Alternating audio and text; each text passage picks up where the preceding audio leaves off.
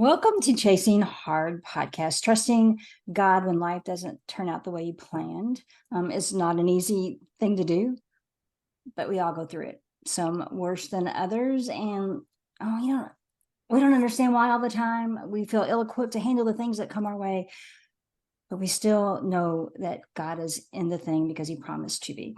So today, I have on a real life person friend, and I hear he's a real life person. All the people I talk to are real live, but this one I know in person. Met at work several years ago, 5, 6. Yeah, it's been a few years Yeah. for sure. So my friend George is here to talk about some things, some hard things. I know some of your story. I probably know a lot of your stories, since that was one of the things we did at work, was share our stories. Mhm. And I know you've gone through some hard things, and I still go through hard things, and you do so with grace. I feel like you probably sell yourself short on that, but you have a lot of grace in what you have to deal with. So, Well, George, I need a lot of grace, so I have to give a lot of grace. that's good. I feel like I need a lot of grace too, but I'm not always grace giving. So I know you have lots of different parts of your story, as we all do. So what do you want to talk about, George? Tell us your story. Where do you want me to start? Where do you want to start? Well, I mean, I can start as a child and I guess go from there if you want. I mean, This we is only your have show. I'm just here to help out. Hey, and thank you for that. We only have about 30 minutes, so wherever you feel comfortable jumping in, jump in. All right. So I was born in Southeast Ohio, which is a kind of a poor, blue collar, middle class place to grow up. Grew up with both my parents, my mom and my dad. My dad was an over the road truck driver, so he was gone quite a bit uh, when I was growing up. He just wasn't really around much. And then it turns out that a lot of times he wasn't around because my mom asked him to not be around some of those times.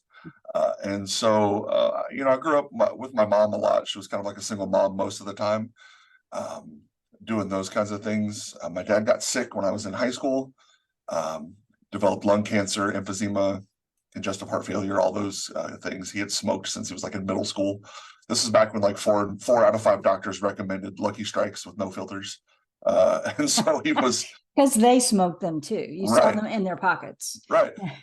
So he kind of lived a hard life, lived like a trucker lifestyle, eating probably gas station food and doing things that weren't great for his body.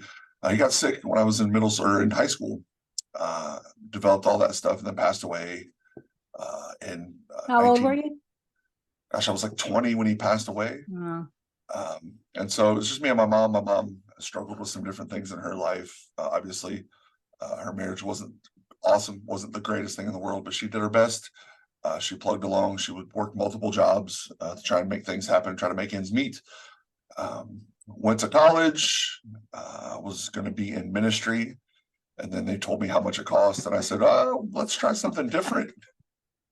So I went into ministry to do communications. I wanted to be like a sports broadcaster guy. I wanted to be on like ESPN, Sports Center, those kinds of things. Did that for a while. Then I kept feeling the tug and the pull to go back into ministry, like what God had originally asked me to do in the first place, and I kind of rejected it. So eventually I listened after some things fell apart in my own life. I was working as an assistant manager at a second run movie theater in Ohio. The movie theater closed down, and I decided, hey, let's go back to school and try to figure this ministry. Let's go back to school and try to figure this ministry thing out. And so we did that. Actually went back to school to do elementary education or secondary education. Was doing that for a while, but then I just kept feeling, I should probably obey. I should probably listen and do what God's asking me to do. At some point in my life, I need to listen and learn. And so transitioned, went to a college in Florida where I got a ministry degree. College doesn't even exist anymore, so oh wow. hopefully nobody asked for my diploma or credentials or anything like that. I don't even know if I could get it. Wow. So yeah, it was there I met my wife at that time. Got married, had a couple kids, And here you are. and here I am. Yeah. Yeah. Sounds you've had an eventful life. Did I hear the rumor that you actually wrestled as well? You are correct. I only tell the people that I really actually like and love about this. And so if you're listening, you're loved. Uh, There you go. the only thing that my dad and I ever really connected with on, and this is strange, but it is what it is. My dad loved professional wrestling, Hulk Hogan, WWF, all those things, loved it. And when I was a kid, it was like superheroes, but Mm, real life. They were like mhm. action figures come to life. And I thought it was the most amazing thing in the world. And so my dad loved professional wrestling and he introduced me to it. And so I loved professional wrestling too. I mean, he would wake me up for late Saturday night Oh, wrestling matches that we would watch on TV, Saturday cool. night's main event. That's cool. And I'd go back to sleep. I was a young man. So yeah, so I wrestled for about 2 years in Ohio. Did Nobody ever your saw me. Nobody's ever heard of me. but It's wait, did your dad know you wrestled? Or was he no, already gone? he passed away before I Ah, started. Is ah, this was back when newspapers were a thing, and I read okay. a classified ad that said, "Hey, do you want to be a pro Okay. wrestler? Join our school." So I showed up with like $50 and Join the introduced school. myself to wrestling, and now my back hurts a lot, my knees ache and Mhm. creak, and I've been through it. Yeah, you have. Okay, just want to throw that in just because Excellent. there aren't many. I don't know any other wrestlers, so it's you. All right. And then what happened? Like, is your life happily ever after? No, No. not even a Did, little bit. did life not turn out the way you planned? It did not turn out anywhere close to what I had planned. Yeah. I was working at a church in uh, outside of the Louisville area. Mhm. Um, my wife was active in the church as well, doing worship ministry and those kinds of things. Um, she had, I don't know how deep I can go into this. She had an affair with men that I was on staff with, plural, people that I worked with, people that I considered probably my best friends and coworkers and brothers in Christ at the time. My marriage sort of imploded after that, really fell apart.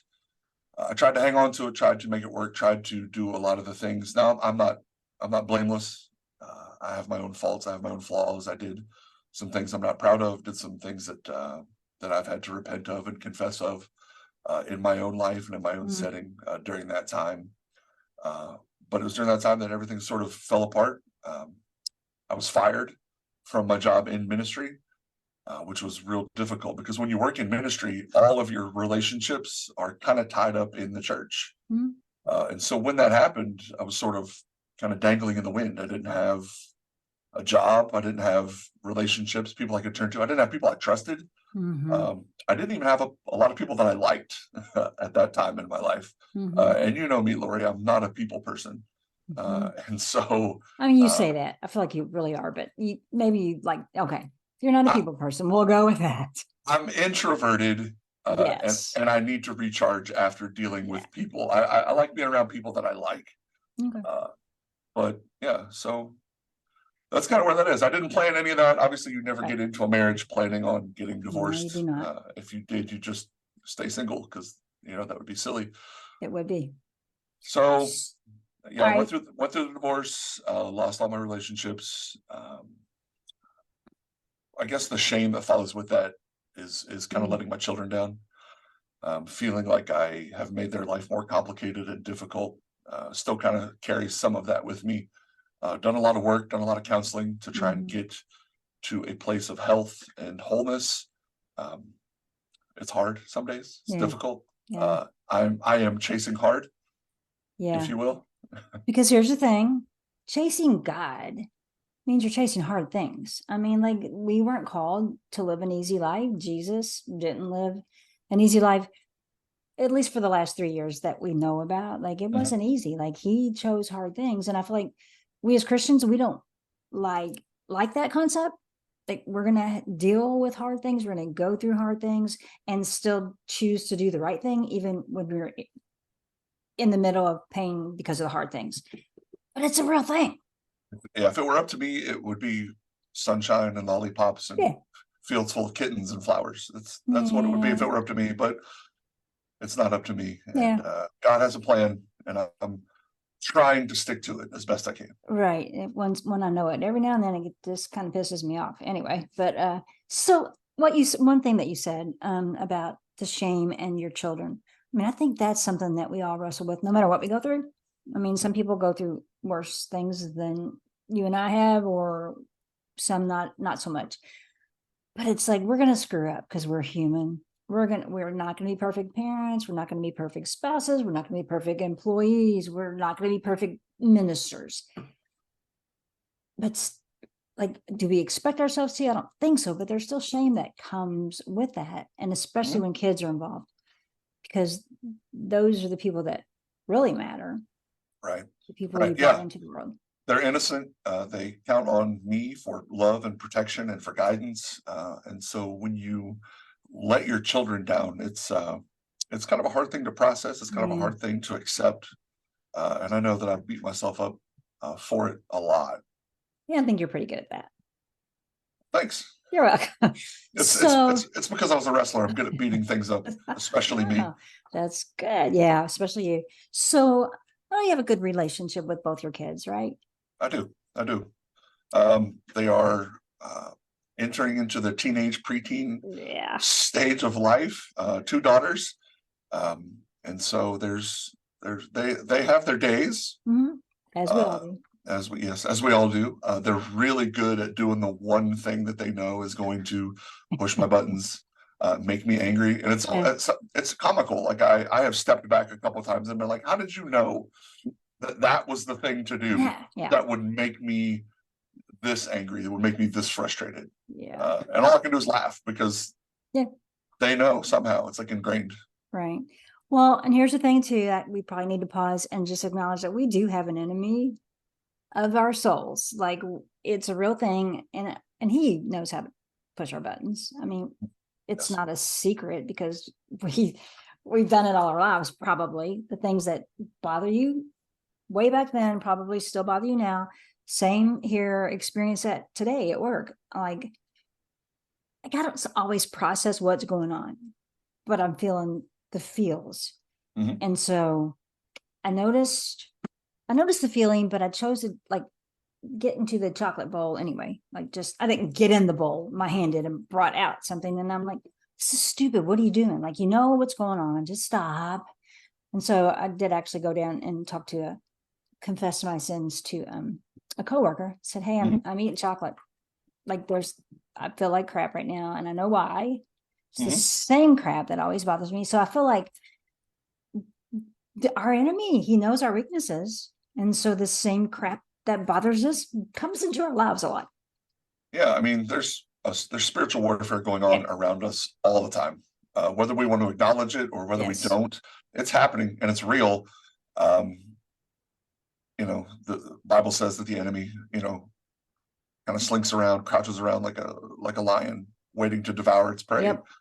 So it's just waiting, just waiting for someone to push your buttons, waiting for you to slip up, waiting for that one thing where the enemy can sink his claws into and kind of cause division, cause strife, cause tension, cause anxiety, cause the things you to eat chocolate.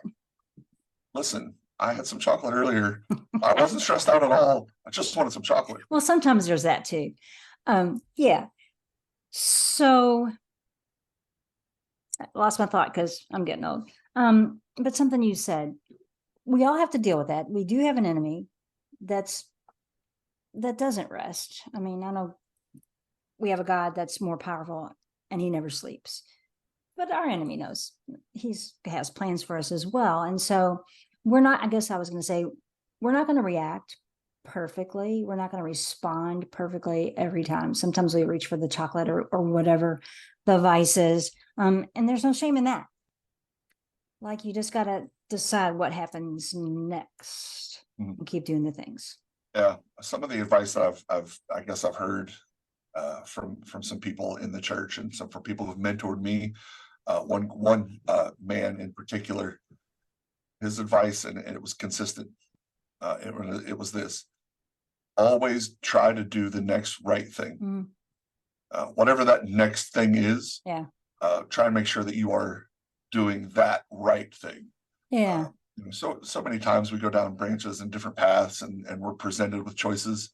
And a lot of times I choose the wrong thing. Yeah. I choose to take the wrong path. I choose to do the wrong thing. But that little voice in the back of your head, whether it's the Holy Spirit or it's wise counsel that you've received in the past, uh, telling you to do the next right thing is helpful. So that's an AA thing. I don't know if you know that or not. Like I did not know that. That's a big AA thing, is just do the next right thing. Like you don't have to have it all figured out. Mhm. Just for today, that's another one.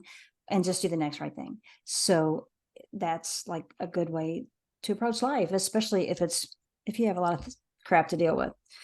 So I know now, like we worked together for a while, but I know Mhm. you are back in ministry. Like that was I am back in restored. ministry. Mhm. That's cool. That's a restoration. Right. Like I know that's where your heart was a lot of the times that we worked together. Mhm. Sometimes it wasn't. Sometimes you didn't want anything to do with it. That's But correct. That's correct. And I still struggle. There's still some triggering things that happen when I walk into a church building, or um, worship music can be triggering for me, and a lot of those things. But yeah, I've always had a heart for, I think, trying to help people, mhm, and trying to be a part of something that feels that's bigger than me. yeah. And advancing God's kingdom is always going to be a bigger than me project. Yes. And so, if I can be involved in that kind of a thing, in that kind of a Yeah. scenario or situation where I'm helping people and helping advancing the kingdom, then I feel like I'm where I'm supposed to be. Yeah, and I think that's goes along just with any person, whether they're in ministry or whether they even believe in Jesus, is that if you get outside of yourself, typically that's going to put you in a better frame of mind. Mhm. Anyway, if like you're not thinking about yourself, um, and you're helping someone else out, that always helps. It doesn't fix the problems, but it Mhm. can help. And as Christians, if we live with the end in mind, knowing that this isn't forever, It's not our home. yeah, I think for me, that's how I can do the next right thing, is knowing that, hey, this is temporary, even though it feels like forever, it's not. So, It does feel like a long time. The Bible says that we're missed. We're here one day, we're gone the yeah, next. But man, sometimes I feel like my missed cloud has been sometimes hanging around for a while. Yep. So another thing that I know that you have a challenge with, and you don't have to go into a lot of details, but I know you have to deal with some things even still, because, and it has to be hard for any parent to have their children have another father, a stepfather, a stepmother, whatever. Like I've never experienced that. Thought about it and thought about how hard that can be under the best circumstances. And I know that you have to deal with that on a regular basis. Yes, yes, I do. I think you It's do it. you know, um, so recently, like you said, I'm back in ministry. Recently, I preached a sermon on anger, and I have come to the conclusion that I have some anger. I've got a lot of pent up anger built in. I don't always handle it the right way. I don't always process it well. A lot of times, it comes out sideways on other people that I care about, and so learning how to process that and deal with it is something that I'm working on.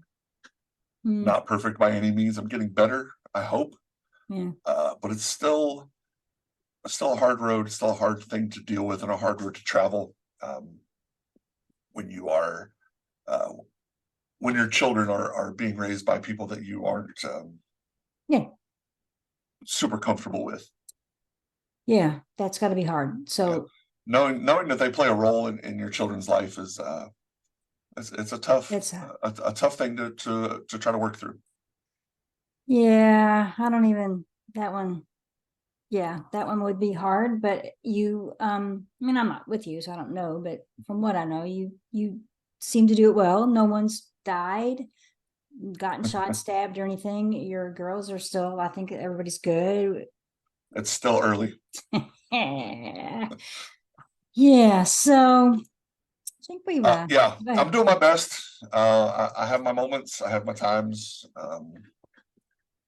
I get angry with God Yeah. sometimes, and I am so glad that He can handle that. Yep.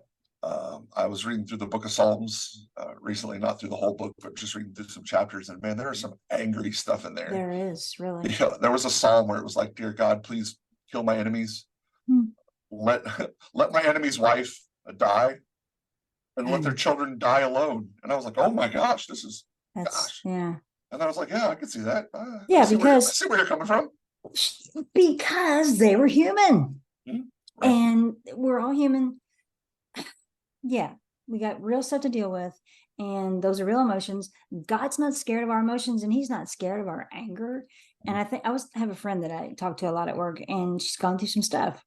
Um, and we talk about our anger at God, and like he's not intimidated or put off by that. No, not at all. In fact, he's probably honored when you share your true emotions. He already knows them anyway. Right. But Right. like, prayer isn't, dear Jesus, I come, it's like, hey, I'm gonna pray right now because Mm. I'm really pissed off, and this is why. What are you doing? Like, what are you thinking? For me, um, I think it's better when you can be open and free with God like that. One, it's empowering, it's freeing. Yeah. To know that God isn't like a big cosmic traffic cop who's just waiting to pull you over and scold you. Um, God's our Father, and He wants that relationship with us. And for me, when I'm angry at God, when I'm yelling at God, when I'm frustrated with God, I'm still connected to God. Yeah. I'm still having conversations with Yes. God. When I find myself numb to God and when I find myself disconnected and not feeling it and not talking to God, that's when I start to feel like, oh, something's wrong There's a here because problem, right? I'm withdrawing. I know God doesn't leave us or forsake us, but Right. I'm withdrawing. Yes. I'm running away. Yeah. And God pulls me back every time. Yeah. But when I'm angry with God, I'm still connected. No, I agree. And some people probably don't even understand that concept. One time I was at a Bible study for a women's Bible study, which I'm not a fan of. Were there But flowers? Were there lots of flowers? probably. Yeah. Crafts? No crafts No that, crafts. that particular one. But Okay. I wasn't at the right table. I really wasn't. We were talking, I don't even know what the subject was, but I'm me. I say what I just say. Yeah. You probably know. Yeah. So I said, sometimes when I'm really angry with God, like, I've actually dropped some F bombs while I'm talking to God. Preach. They almost Preach. died. They almost died. Like they No. were, I think the prayer meeting was over, like, for us, for our table. They didn't know how to relate to that.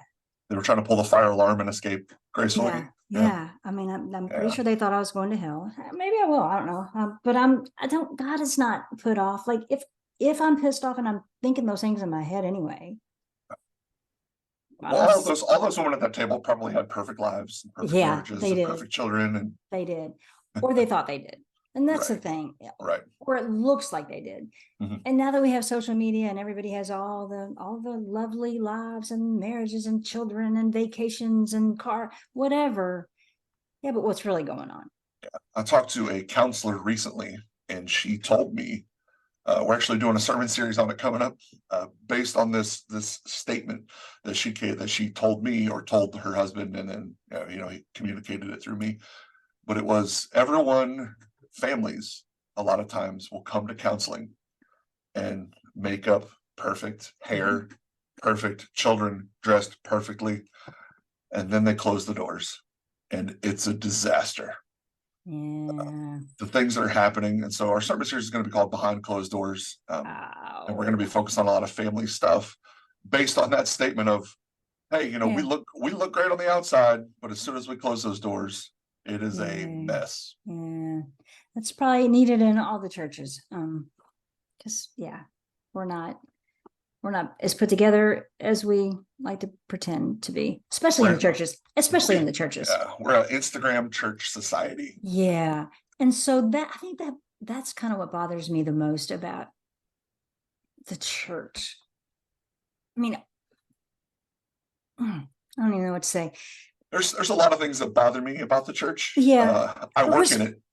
We're supposed to be different. Like but probably the divorce rate is higher in the church. I mean, I haven't heard the stats lately, but I know they're pretty high. They're right up there with the rest of the world. It's comparable. So it's always been comparable, I think. Yeah. And I get that some people don't even get a say. Like, the other person ends the marriage. Like, you don't, you had to say I do, like there's a two Mhm. thing, but Right. you don't, it can end. And a lot of marriages do need to end. I'm not saying that, but it seems like we're, as a church, a whole, Mhm. more accommodating to all those different pieces that instead of coming alongside the people who really need our help, we just put our stamp of approval on anything and just move on. I don't even know if that makes sense, The but church is really good at ministering to one party mm, and not the other. When a mm, marriage breaks up or splits apart, or divorce happens or separation or whatever you might be going through, the church is really good at coming alongside one of those people, and then the other one just sort of falls away, and it yeah, happens all the all time. the time. Um, you see it a lot, and usually just whoever comes to the minister first is typically how it works. And sometimes And that's it's always you always come to the minister or the counselor when your house right, is already counseling. on fire, Yeah, yeah, instead of hitting it up before the fire started. So yeah, yeah. for sure. So just had the morning here, and I wanted to give you an opportunity to tell us how you really feel. No, I'm kidding. Here's the thing. Here's the thing. You always said that. Here's the thing. Like ministry goals. Where do you have plans? Where do you see yourself going? And I you don't am have to have an Yeah, answer. You're I'm just not a doing the next right huge thing. yeah, I'm not a huge 5-year plan kind of guy. Okay. Those kind of things, man, when someone says, where do you see yourself in 5 years? Yeah, I Like don't like that I'm either. just happy I'm here today. And that's what I was gonna say. And You're I'm kind of a content guy. Like yeah, I you try like to what be. you're doing. You like what you're doing, and you're Mhm. good. And when the next door opens is when you look at Yeah. things. Yeah. When I can feel the pull or the tug of God pushing me in a direction, then yeah, we're gonna investigate stuff. Mm, But I try to find joy and contentment and goodness wherever I am and whatever situation I'm in. I try to. I also complain about the bad. I also find the negative. I also, get angry with people and frustrated with people at the yeah. same time. But I'm not always chasing the next big thing. I'm not always looking Yeah. for the next opportunity. God planted me here for a reason, and so I want to figure out what that reason is and That's good. fulfill that before any That's type good. of advancement or something kind of something moves on from there. No, that's good. So, any for someone who has been through what you have been through, childhood, adult, whatever, marriage, parenting, whatever, what are your words of wisdom for them? What do you want to say to people right now before we end this? How's that? Um, Man, if I had to kind of boil things down, um, first of all, if you're in that situation, if you're struggling with marriage, if you're struggling with separation, if you're struggling with divorce, um, cling to God first Mm, and foremost. Hang on with all that you have to God. He's not going to leave you. He's not going to forsake you, like we said earlier. Cling to His truth, cling to His word, cling to His hope and His promises. Um, it's not going to feel good. It's going to be hard. You won't always see uh, the life lessons mm, when you're in the midst of the storm. It's only afterwards when you yeah. come out of it that you can kind of reflect back and say, here's where God was preparing me. Mhm. Here's where God was present. Here's what was going on in my life. But man, it's not easy to get through the storm part. Yeah. And you have to sometimes you just have to cling to God Yeah. and that's all you got. And sometimes even being content with knowing that you may never know until in this life anyway. Um, Yeah. and just trust in God too. So Yeah, yeah, I struggle with trust. I struggle with trusting in trust God. I is hard. struggle with trusting people a lot of times. I don't always want to give Yes. things over to God. I don't always want to hand Him the reins. I don't always want to give Him the Yeah. wheel. Yeah. Uh, Here's and what I've discovered about me. Like I can trust God with my story. It's mhm, the end of my story I don't trust him with. It's like mhm, I'm good. Yeah, I'm good. I trust you. But it's got to look like this at the end. yeah, When it all said and done, it needs to be like this. So figure that out and we're good. yeah. God has written the book of my life, Yeah. but I want to write the last couple chapters. Amen, brother.